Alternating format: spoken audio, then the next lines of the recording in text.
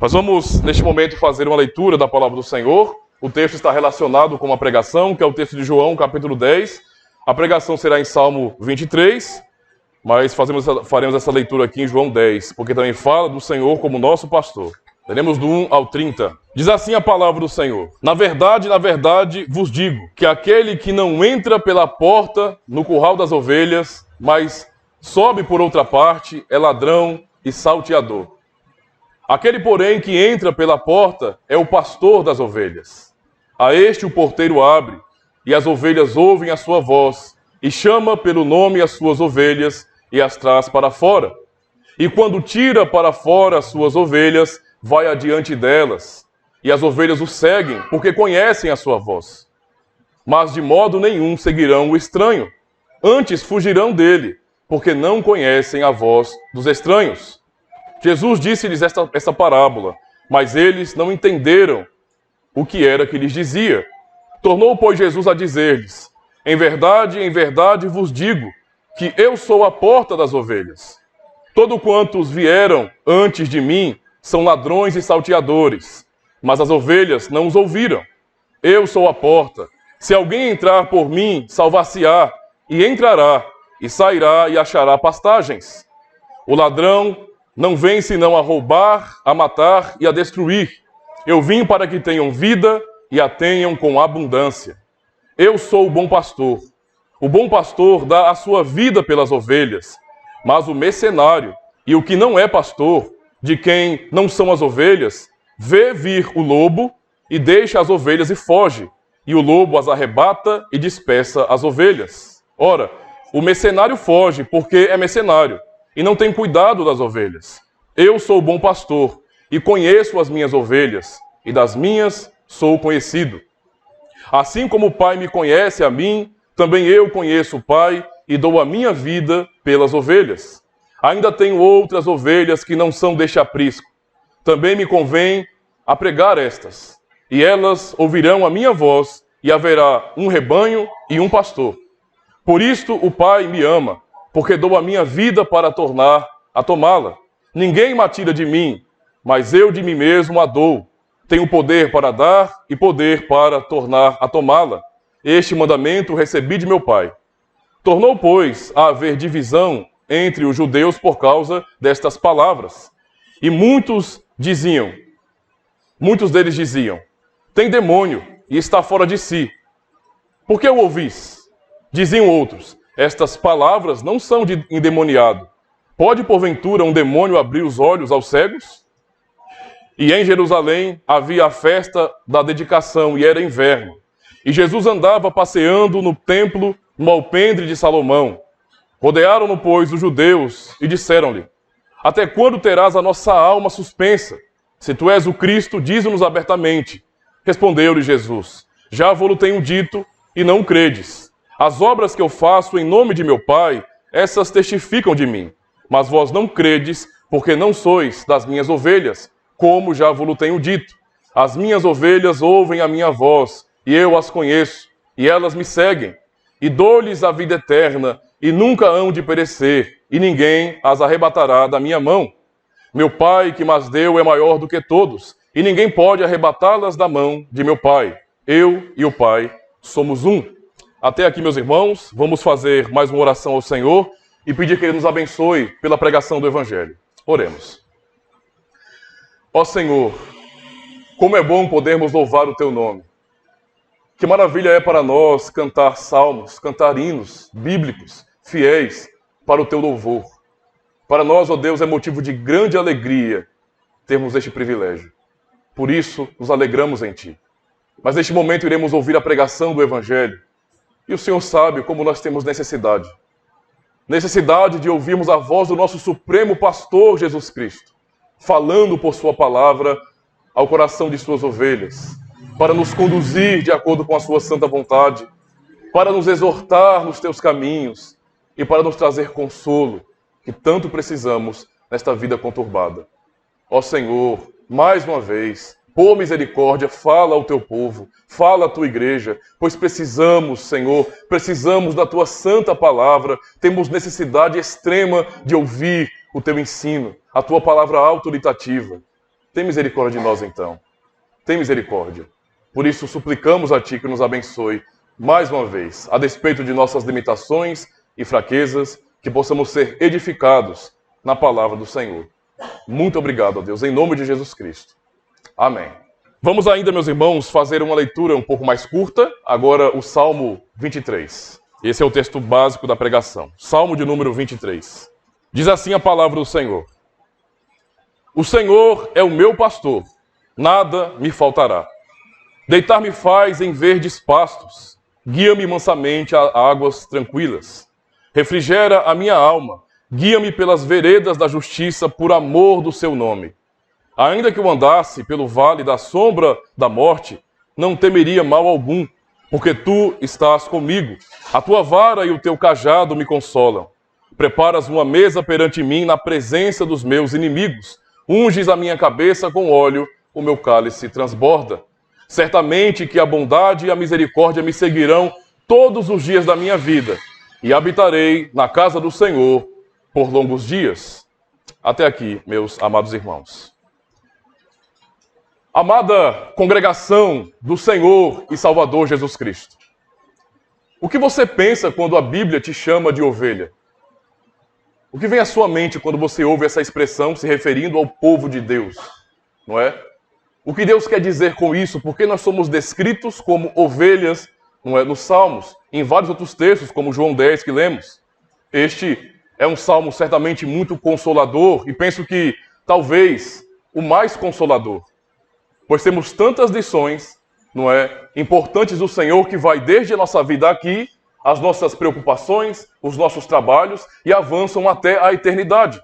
É um cuidado completo que Deus revela nesse salmo para com o seu povo, não é? Então podemos perceber realmente que é um salmo que nos abençoa, que nos consola, porque nos leva justamente a refletirmos sobre a providência de Deus, sobre o seu cuidado para com suas ovelhas. Acredito que é sempre necessário para nós ouvirmos palavras de consolação. Nunca vamos cansar de ouvi-las e sempre precisaremos aqui, pois estamos realmente em um mundo conturbado, difícil, onde somos tentados, atacados. Há 3 inimigos comuns que nos atacam: é o diabo, é o mundo, é a nossa própria carne. Então estamos realmente em uma batalha, em um campo que é perigoso, não é? Que tem muitos perigos terríveis para nós e, portanto, precisamos sempre ouvir a palavra do Senhor quando nos ensina sobre o consolo, o cuidado de Deus por nossas vidas. Deus, então, nos chama, meus irmãos, justamente para ouvirmos as palavras de Cristo e podemos ouvir dele, que é o bom pastor, sobre o seu cuidado para com suas ovelhas. As preocupações deste mundo nos atingem em cheio muitas vezes. Nós não estamos isentos a preocupações e é esse bom pastor que nos ensina a termos consciência de que estamos diante dele, de que pertencemos a ele e de que ele cuida de nós. É esse pastor que diz às suas ovelhas, não é? Por exemplo, em Mateus capítulo 6, para que suas ovelhas, seus discípulos, não ficassem ansiosos pelo dia de amanhã, preocupados, apavorados. As pessoas do mundo que não têm Deus, que não confiam no Senhor, que não têm a Cristo como seu pastor, realmente ficam completamente apavoradas, desesperadas diante das situações difíceis do mundo, perplexas. Mas apesar de tudo isso nos atingir, nós temos ainda um porto seguro, que é o nosso pastor. E é justamente esse o convite do texto para nós refletirmos sobre o cuidado amoroso do nosso bom pastor, Jesus Cristo. Eu queria dividir então em 4 pequenas partes. Vamos aprender no Salmo 23 que, primeiro, o bom pastor providencia o que suas ovelhas precisam. Em segundo, o bom pastor guia as suas ovelhas. Em terceiro, o bom pastor protege as suas ovelhas. E por fim, o bom pastor leva as suas ovelhas para o seu destino. Não há possibilidade desse pastor falhar. Por isso somos consolados na palavra do Senhor. O Salmo diz então: o Senhor é meu pastor e nada me faltará. Deitar-me faz em verdes pastos, guia-me mansamente às águas tranquilas, e também refrigera a minha alma e guia-me pelas veredas da justiça por amor do seu nome. Se conhecemos bem as ovelhas, perceberemos, irmãos, que a comparação que as Escrituras fazem a nosso respeito não parece muito agradável. Quando pensamos em ovelhas, não estamos pensando em animais que são espertos, que percebem perigos de maneira muito fácil. Muito pelo contrário. Quando olhamos para as ovelhas, se formos estudar um pouquinho sobre como elas vivem, não é? como elas vivem, vamos perceber que elas são animais frágeis, na verdade, que não têm tantas capacidades de proteção, então são indefesas diante de predadores. Facilmente, lobos ou outros animais selvagens, predadores, podem dar cabo dessas ovelhas. São animais que precisam e têm uma extrema necessidade de serem guiadas. Elas têm que ouvir a voz de alguém, de um ser humano, que fale, que diga, que corrija, que sempre puxe elas e que possa conduzi-las para lugares tranquilos, para lugares onde não há perigo, na verdade. Assim, elas podem andar seguras. Ou seja, a comparação que a Escritura faz entre ovelhas, fazendo uma relação com o povo de Deus e nos chamando de ovelhas do Senhor, é justamente para demonstrar a nossa fraqueza. Quando olhamos para isso, então, temos que admitir que a comparação é perfeita. Nós não podemos tirar nada daqui. É uma comparação certíssima quando observamos que nós, seres humanos, também somos muito limitados. Nós temos um problema com presunção. Imaginamos que nós somos realmente muito bons, que somos muito fortes, muito capazes, muito espertos, quando na verdade não é assim. O mundo vive um caos, uma bagunça. As pessoas estão perdidas muitas vezes, não é? Em filosofias, em problemas do mundo, em várias questões existenciais e com vários problemas. Então, nós não somos assim tão espertos, não somos tão fortes, na verdade somos limitados demais. Então a comparação de ovelhas com as pessoas é uma boa comparação, é uma ótima comparação. E o Senhor fala isso ao seu povo. E é um detalhe importante, é para que venhamos entender também que sendo filhos de Deus, sendo povo do Senhor, isso não significa que nós somos melhores do que os que estão fora. E nem significa que os dons que o Senhor nos dá para a edificação do corpo nos tornam pessoas super poderosas que têm condições de enfrentar todos os males lá fora. Não. Nós continuamos sendo frágeis. Continuamos sendo frágeis. Cristãos podem simplesmente se enganar. Cristãos podem investir seu coração naquilo que não é a verdade. Sabe? Nós aprendemos pela manhã, por exemplo, na pregação da carta de Paulo aos Coríntios, só para lembrar um pouquinho para os irmãos, como os cristãos em Coríntios, eles estavam tão fascinados com filosofias do mundo. Eles receberam o Santo Evangelho, mas eles, de maneira tão fácil, eles ficaram boquiabertos com os filósofos, com os paroleiros, com aqueles que ensinavam e que eram reconhecidos na sociedade. Assim também nós somos. Facilmente pessoas que dizem serem pastores, não é? Serem líderes cristãos, falam palavras bem persuasivas, bonitas, que soam muito bem aos nossos ouvidos e conseguem muitas vezes nos capturar. Há muitos cristãos que acabaram caindo e até se frustrando com mentiras de mercenários. Então, nós somos frágeis, sim. A comparação realmente é importante. Mas o ponto central aqui, dessa comparação, não é para que nós venhamos nos sentir assim tão fracos, tão pequenos. Nós sabemos que somos fracos. O ponto central é olhar justamente não para as ovelhas, mas para o pastor das ovelhas. Esse é o grande diferencial. Não são as ovelhas em si, mas o pastor. E a ênfase que o Salmo nos dá justamente é essa. Olharmos para o pastor, que no fim é aquele que cuida dessas ovelhas.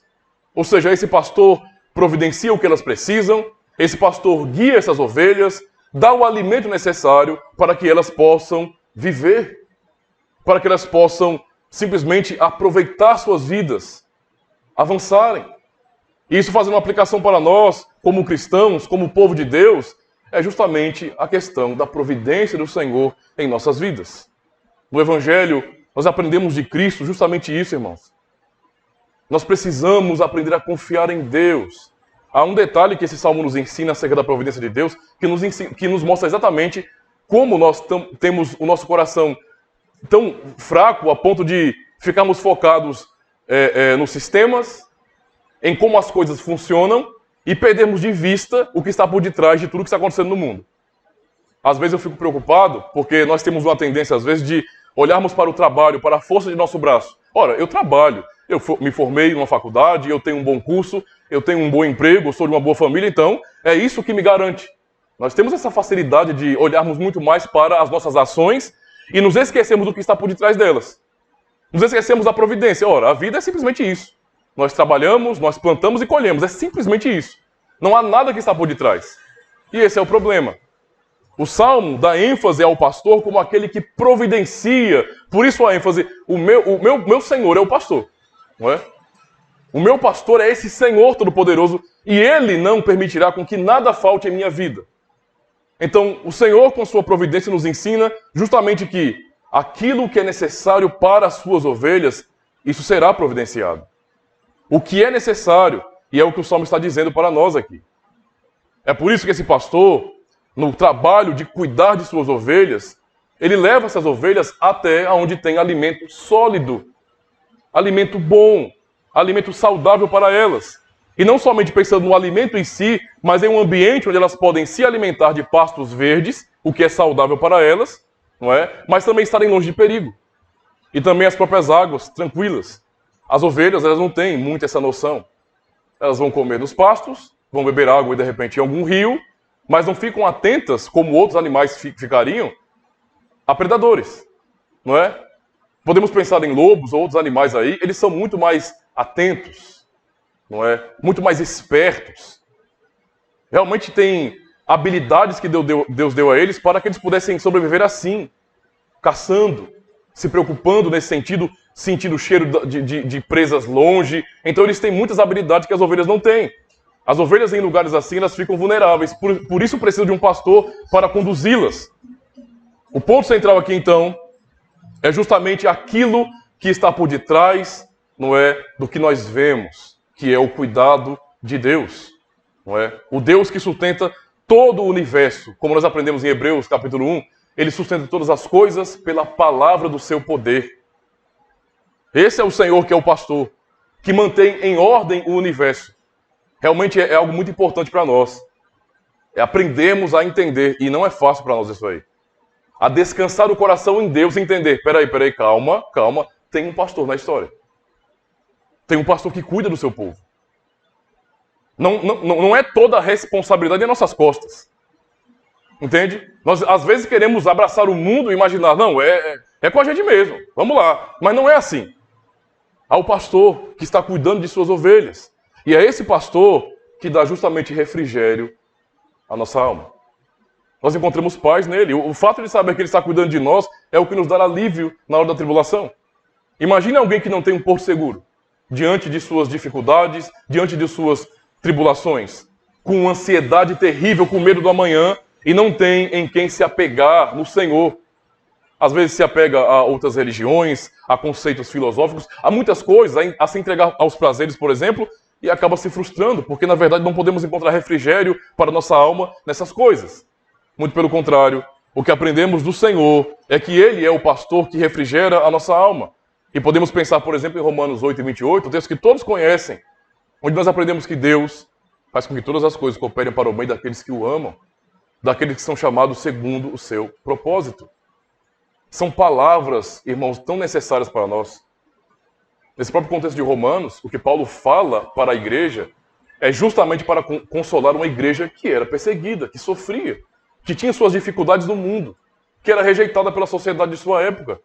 E que sim, estava vivenciando um tempo de perseguição terrível e crescente no Império Romano. É para pessoas assim, para cristãos assim, que Paulo estava dizendo isso. Calma. Todas as coisas. Há um pastor por detrás. Há o pastor, que é o nosso Deus, que está cuidando de tudo, não é? E todas as coisas, tudo que você está vendo funcionando, não é? Funciona pelo poder dele, é a providência dele, e ele vai fazer com que tudo isso coopere para o seu bem. E de fato, é uma ação tão bondosa desse pastor que ele está nos livrando todos os dias. A salvação que o Senhor nos dá, ela é tão maravilhosa que não é uma coisa automática. Tipo assim, vou salvar vocês, aperta o botão, estão salvos. Não, é Deus pessoalmente cuidando do seu povo, livrando o seu povo. É como Cristo disse, eis que estou convosco todos os dias, até a consumação dos séculos. O Senhor não nos abandona.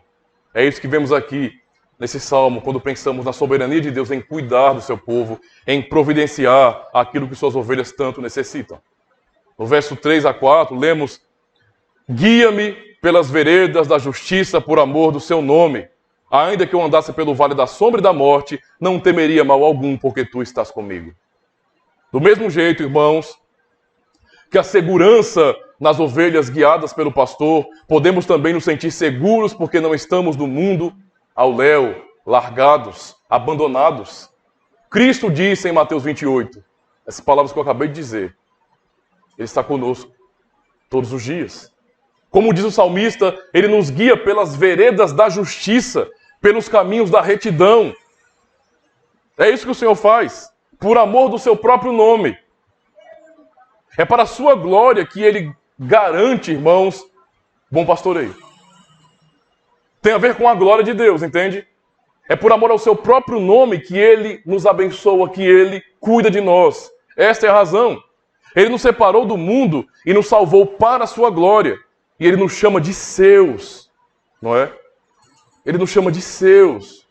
Pergunta aos irmãos, esse Deus, todo-poderoso, o nosso Criador, que nos chama de seu povo, nos abandonaria?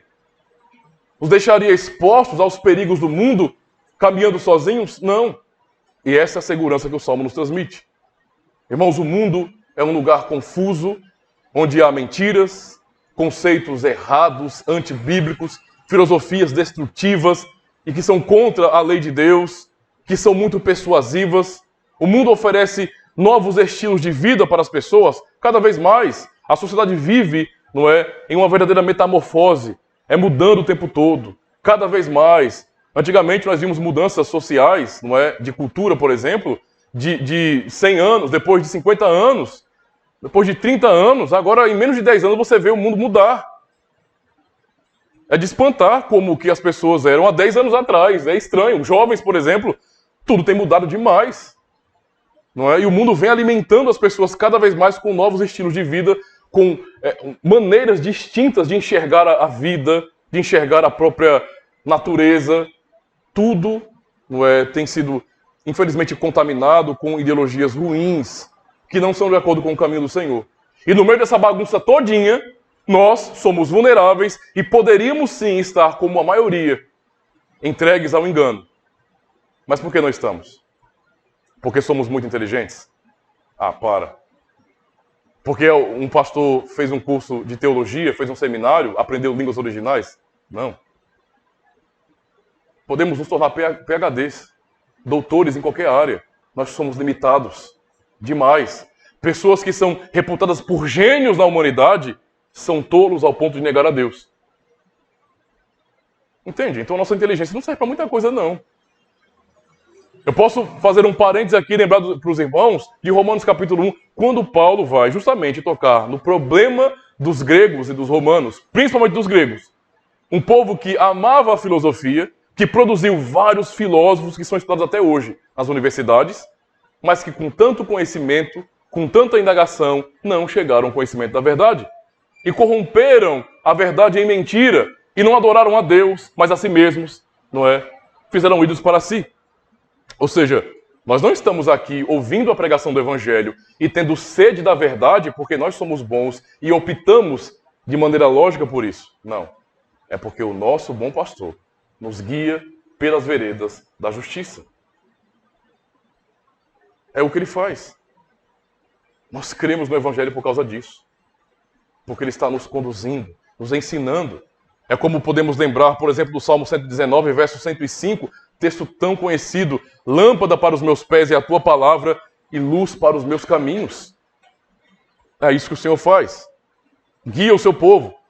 Somos as ovelhas do Senhor, do bom pastor. E o bom pastor veio aqui, não é? E ouçam o que ele diz. No texto de João 10 que nós lemos, no verso 14, ele fala: eu sou o bom pastor e conheço as minhas ovelhas. E das minhas ovelhas sou conhecido. Esse é o pastor que nos dá segurança. Uma curiosidade, meus irmãos, sobre as ovelhas, é que, de fato, literalmente, as ovelhas se acostumam à voz do seu pastor. O que Cristo ensina aqui no capítulo 10, essas aplicações que ele faz, essas comparações também, mostra uma situação real. Realmente as ovelhas acostumam com a voz do seu pastor. É normal, os animais se acostumam com a voz de seus donos. Isso é comum, não é? Nós temos até apego por eles, eles conhecem como nós somos, a nossa voz. Então, nos seguem, se alegram. Ele faz essa comparação para dizer que o povo de Deus, o povo do Senhor, conhece a Ele. Esse povo do Senhor que nós chamamos de ovelhas de seu rebanho, conseguem distinguir, discernir a voz do verdadeiro pastor. Ele fala: as minhas ovelhas ouvem a minha voz, eu a conheço e elas me seguem. Essa é a palavra de Cristo, que nos dá segurança. É por sua palavra e pelo seu Espírito que Cristo, o bom pastor, guia as suas ovelhas, guia o seu povo pelas veredas da justiça.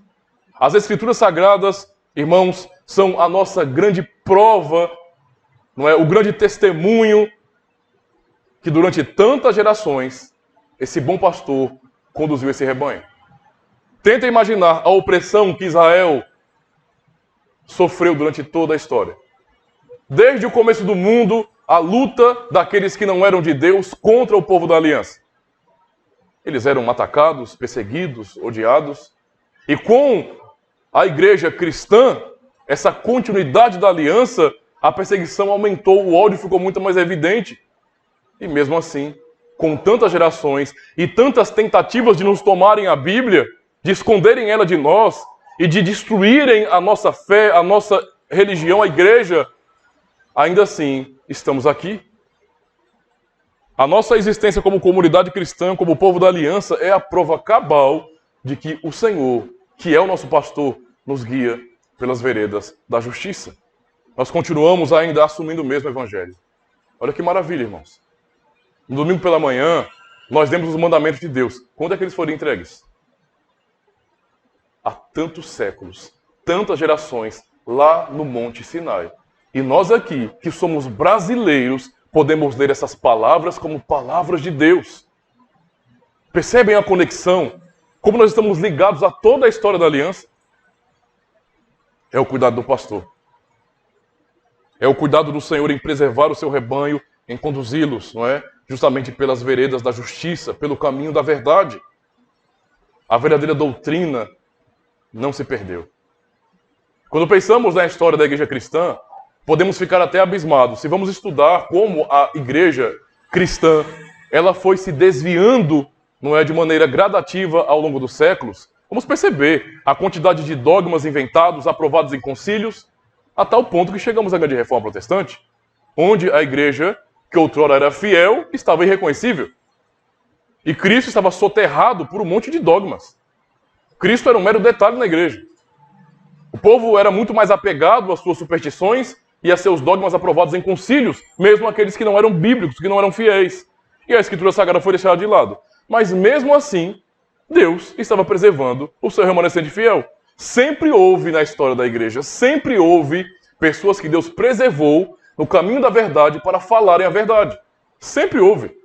No tempo dos profetas, quando o povo se desviava, Deus levantava um profeta para anunciar o evangelho, para anunciar a verdade, e estava ali preservado o remanescente fiel.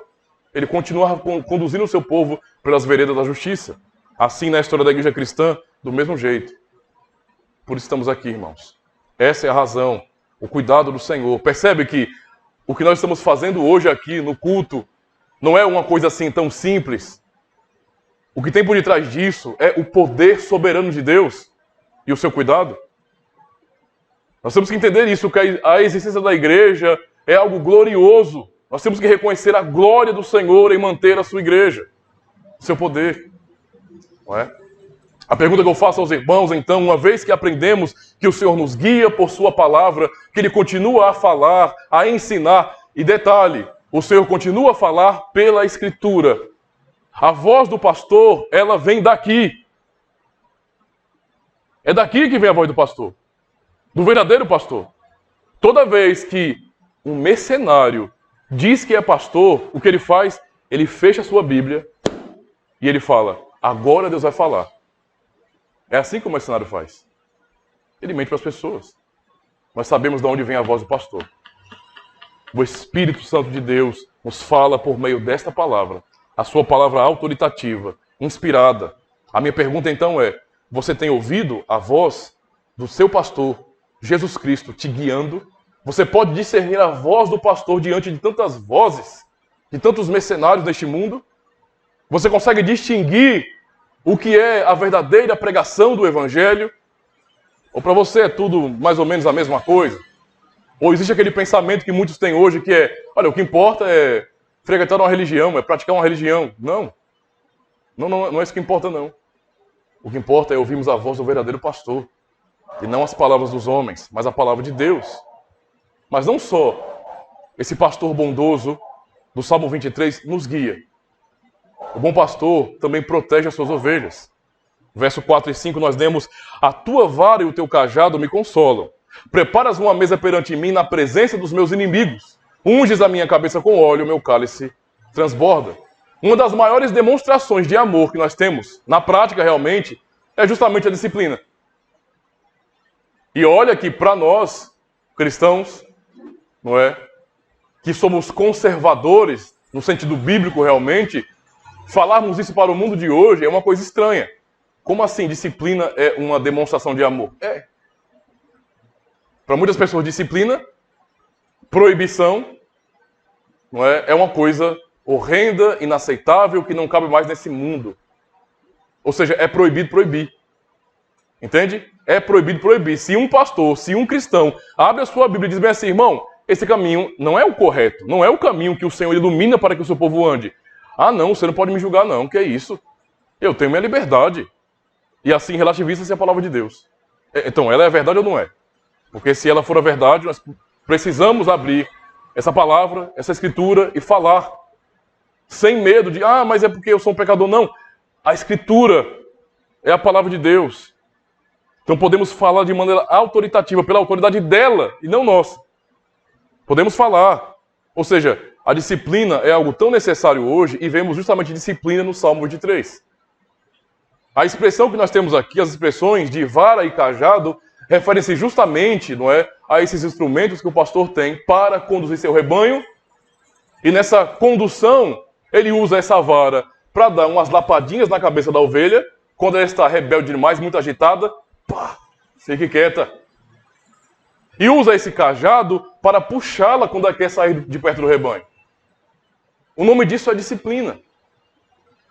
E disciplina na Bíblia é uma demonstração de amor, de proteção, de cuidado. É com disciplina que nós somos protegidos. Por que é que Deus nos dá princípios, mandamentos para a nossa proteção? Para a nossa proteção. É para isso que existe.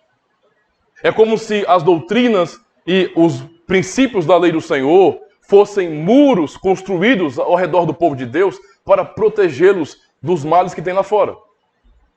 Se nós não fazemos isso, não construímos muros com a palavra de Deus em nossa própria vida, ficaremos vulneráveis. Imagine uma família que não está preocupada, por exemplo, em todos os dias se esforçar para estar tendo um momento particular com sua família, de um culto doméstico, de um momento devocional, de abrirem a Bíblia ali juntos e poderem refletir, de refletirem o ensino da palavra de Deus. Uma família que não está se aproveitando disso é vulnerável.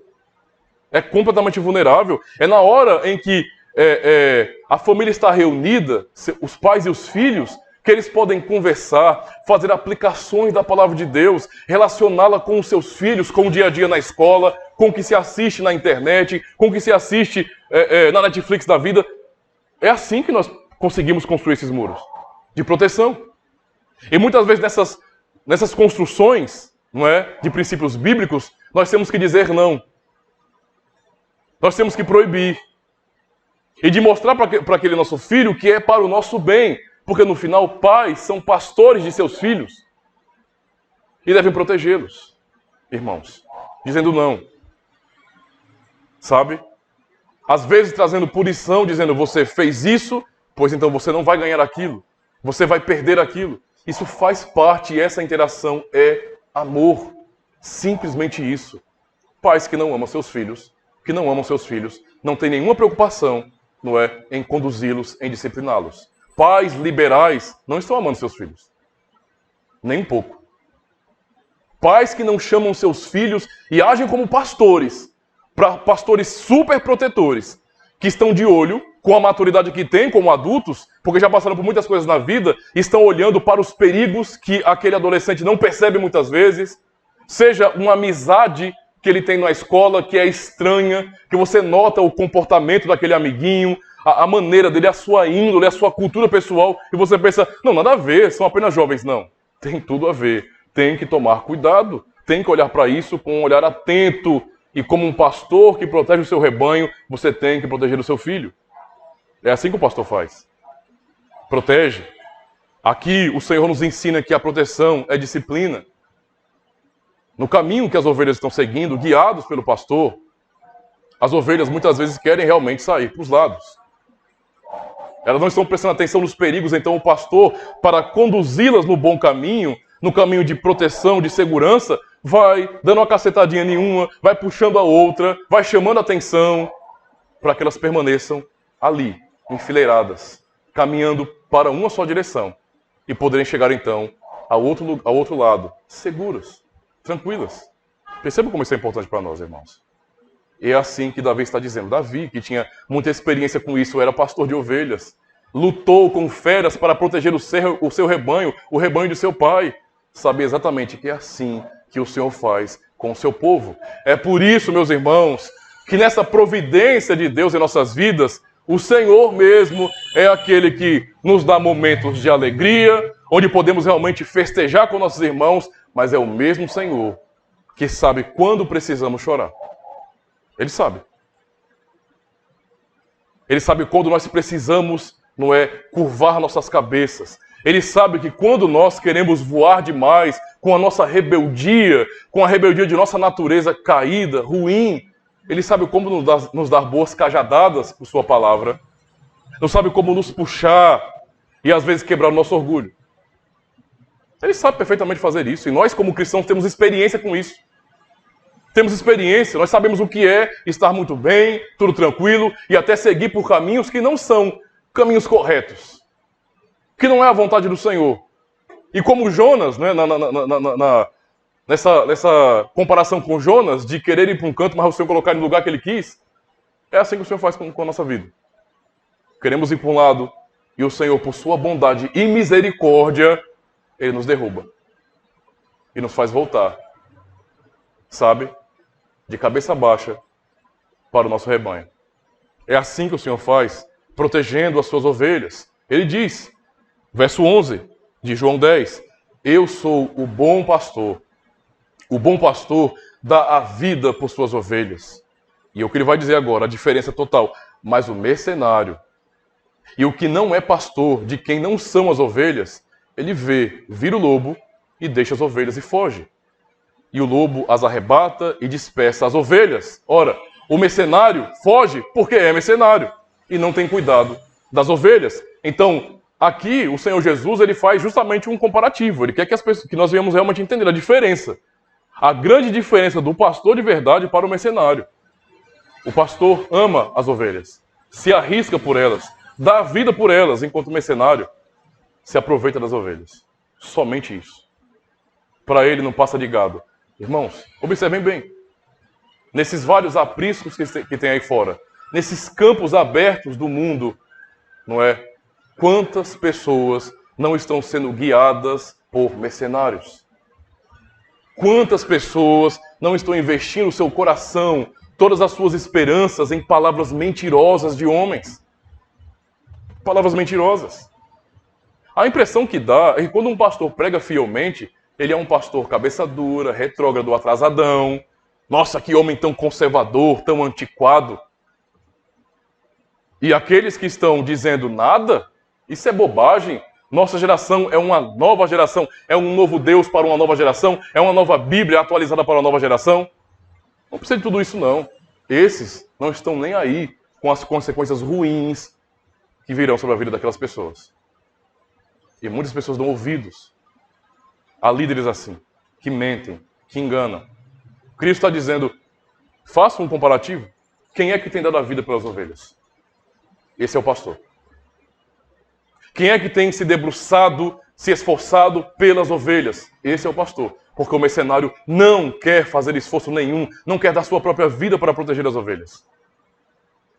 O que os mercenários querem, né, observando o nosso contexto hoje cristão evangélico, o que os mercenários querem? A campanha da botija, né, irmão?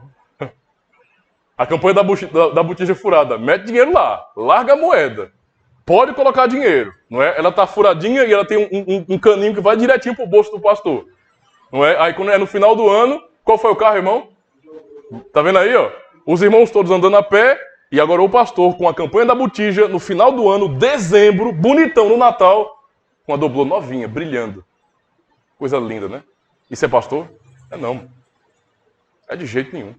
Suas ações são para tentar puxar tudo que as ovelhas têm. Eles querem a vida das ovelhas e não dá a vida pelas ovelhas. Cristo está dizendo, Quer saber quem é um pastor de verdade? Observe quem dá vida pelo rebanho. Não é? É isso que o Senhor está ensinando. Não é? E assim o Senhor protege, então, o seu povo, as suas ovelhas. Vamos caminhar para o final, aprendendo, já no verso 6, que o bom pastor, ele leva as ovelhas até o seu destino. O que é dito? Certamente que bondade e misericórdia me seguirão todos os dias da minha vida e habitarei na casa do Senhor por longos dias, ou então eternamente, como em algumas outras traduções. Finalmente, amados irmãos, o pastor leva as suas ovelhas para o outro lado. Ele já atravessou aquele vale escuro, aquele vale sombrio, onde havia tantos perigos. Ele protegeu suas ovelhas por todo o caminho. Ele exortou as ovelhas, ele deu cajadada nelas, ele puxou essas ovelhas, mas ele protegeu todas naquele caminho. Elas passaram então tranquilas por todo aquele vale, chegaram ao outro lado e alcançaram o seu destino. É o que o Senhor está dizendo aqui, não é? Isso é certo, é certamente que a bondade e a misericórdia me seguirão todos os dias da minha vida. Porque o meu pastor não me pastoreia somente um dia, é toda a minha vida, todos os dias. E por isso que a sua bondade e a sua misericórdia segue as ovelhas. Nosso bom pastor, que é o Senhor Jesus Cristo, foi até as últimas consequências para nos proteger. Ele disse no versículo 11 do capítulo 10 do Evangelho de João: eu sou o bom pastor e o bom pastor dá a vida por suas ovelhas. E no verso 15: assim como o Pai me conhece a mim, também eu conheço o Pai e dou a vida pelas minhas ovelhas. Ele dá ênfase no seu discurso: eu dou a vida por minhas ovelhas, eu dou a vida por minhas ovelhas. Essa é a ênfase de Cristo, não é? Indo até as últimas consequências para que as suas ovelhas cheguem ao seu destino. E não somente isso, irmãos. Nosso bom pastor cumpriu a sua missão de nos conduzir ao nosso destino, nos conduzir de volta ao Pai, nos reconciliar com o Pai. No Salmo 23 temos o consolo da promessa que Deus nos fez de habitarmos com o Senhor, na casa do Senhor, eternamente. Lembra do que eu disse no início? O pastoreio de Deus em nossas vidas é aqui, todos os dias. E esse pastoreio dura até a eternidade. Ele vai nos conduzir até o fim. Ele não vai estar conosco por uma temporada ou 2 temporadas e depois ele corta a relação. Não, ele vai até o fim. Não tem esse prazo de validade. É até o fim. Todos os dias, até a consumação dos séculos. Temos então esse consolo da parte do Senhor. A obra de nosso pastor Jesus Cristo nos deu então essa esperança segura. Nós sabemos o porquê iremos habitar eternamente com o Senhor. Por que habitaremos com o Senhor? Porque o próprio Cristo disse isso. As suas palavras são realmente profundas. O que ele responde àqueles fariseus que questionavam a ele, a partir do verso 27 ao 30, ele diz bem assim: as minhas ovelhas ouvem a minha voz, e eu as conheço, e elas me seguem, e dou-lhes a vida eterna, e nunca hão de perecer. Nunca hão de perecer. E ninguém as arrebatará da minha mão. Se tem uma coisa que podemos ter segurança, é que ninguém neste mundo, nenhum mercenário com toda a sua oratória e o seu poder de persuasão pode nos tomar de Jesus Cristo. Ninguém pode. Neste mundo. Ninguém. Não é? Ele fala: e ninguém as arrebatará da minha mão. E ele fala ainda mais: meu Pai, que mais deu, é maior do que todos. E ninguém pode arrebatá-las da mão de meu Pai. Eu e o Pai somos um. Para termos um consolo seguro. O que ele está dizendo? Eu sou Deus. Se vocês estão olhando para Cristo apenas nesse aspecto humano e pensando bem assim, ele está dizendo aqui que o Pai é maior do que todos, e às vezes a pessoa pode ficar confusa, e agora? Então quer dizer que Cristo é um Deus menor? Não. É por isso que ele reforça no verso 30, eu e o Pai somos um só Deus. Se você é ovelha de Cristo, você é ovelha de Deus. Se você está sendo guardado por Cristo, é pelo próprio Deus que você está sendo guardado. Porque Ele é Deus. E é assim que o Senhor nos consola. Diante, então, de tamanho consolo que nos dá o Senhor, nós podemos descansar. Calma. Nós podemos descansar. Continuemos a viver. Continuemos a viver. Nossa vida vai alcançar o seu objetivo. Não há possibilidade de falhas para o Senhor, irmãos. Nenhuma.